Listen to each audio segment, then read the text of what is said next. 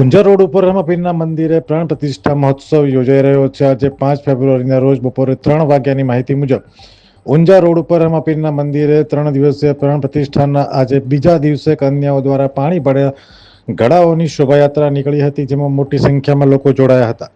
4 બગીઓ સાથે યાત્રા રમાપીરના મંદિરે આવી હતી। રેલવેપુરા, નાનીદાવ, સમસ્ત પરા વિસ્તાર તેમજ મગપરા પરિવાર દ્વારા પ્રતિષ્ઠા યોજાઈ રહી છે અને ભાવિ ભક્તો દર્શનનો લાભ લઈ રહ્યા છે। આવતીકાલે છેલ્લો દિવસ છે અને સાંજે પ્રતિષ્ઠાની પૂર્ણાહુતિ કરવામાં આવનાર છે।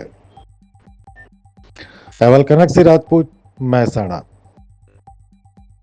અમે તમને આપીશું પળેપળના સમાચાર। જો તમે અમારા નિર્ભય માર્ગ ન્યૂઝ ચેનલને સબસ્ક્રાઇબ કર્યું નથી તો અત્યારે જ નીચે આપેલા આઇકોન બટન પર ક્લિક કરીને સબસ્ક્રાઇબ કરો અને શેર કરવાનું ભૂલશો નહીં।